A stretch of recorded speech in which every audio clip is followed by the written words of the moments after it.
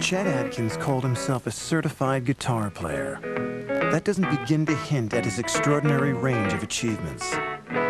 Not just a gifted and influential musician, Atkins was a technical innovator and a record producer who transformed country music. Born in rural Tennessee in 1924, Chester Burton Atkins taught himself to play guitar by listening to the radio. He developed a unique finger-picking style, and by the late 40s was one of Nashville's hottest session players. He later became RCA Records' top country producer. Atkins transported country music from its hillbilly roots to a sound that spoke to the whole country, and then the whole world.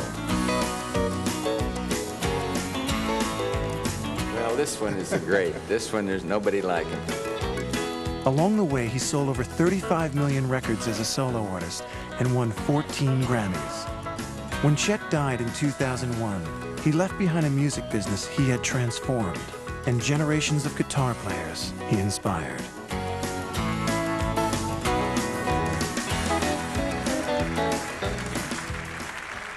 Ladies and gentlemen, Marty Stuart and Brian Setzer.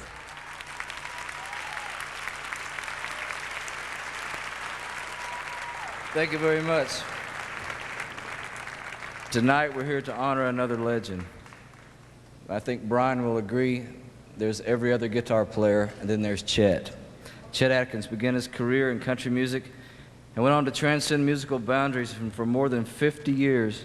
Early on he worked as a fiddle player, but his first love was the guitar. After he settled in Nashville in 1950, Chet began to organize recording sessions for record producer Steve Sholes, who signed Elvis to RCA in 1955.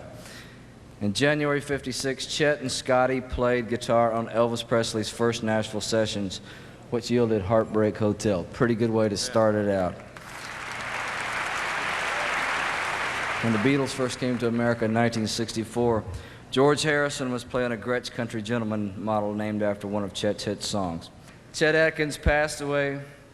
He left us an enduring legacy that listeners will always be able to enjoy, and guys like Brian we can always strive for. But I know I speak for millions when I say I feel blessed that his time on earth overlapped with mine. God only lays Chet Atkins on you once in a lifetime, and I'm glad I was here to witness it. Ladies and gentlemen, would you please join me in welcoming Chet Atkins as your newest rock star into the Rock and Roll Hall of Fame.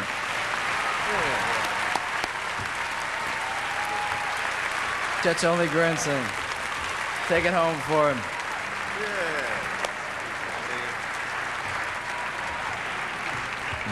I'd like to just say thank you on behalf of my family and all the guitar players out there. We're proud of this. Thank you very much.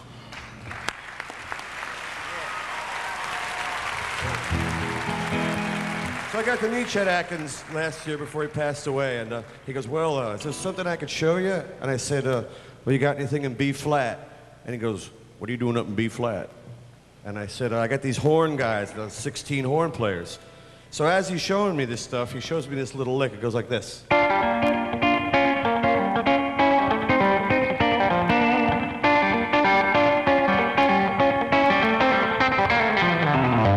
And he goes, yeah, I stole that from Earl Travis. Then I said, well, what about the solo? So he goes, well, I got this. And he goes...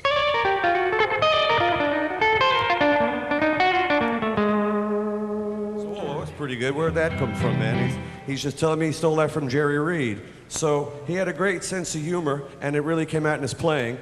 And I happen to be playing a Chet Atkins model guitar. So I'd like to play you one more song if I could. And I'm going to let Marty Stuart talk, because he's better at it than me.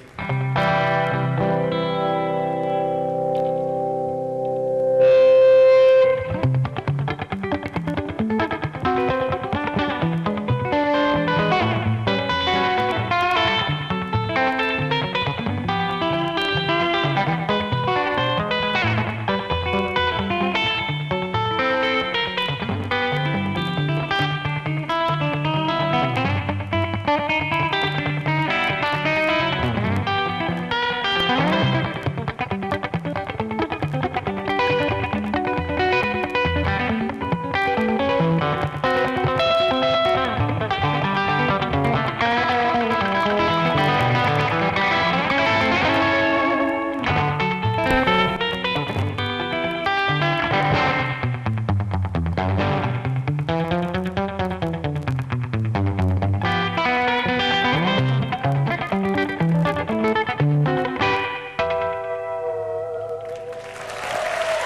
it. That's the best I can do.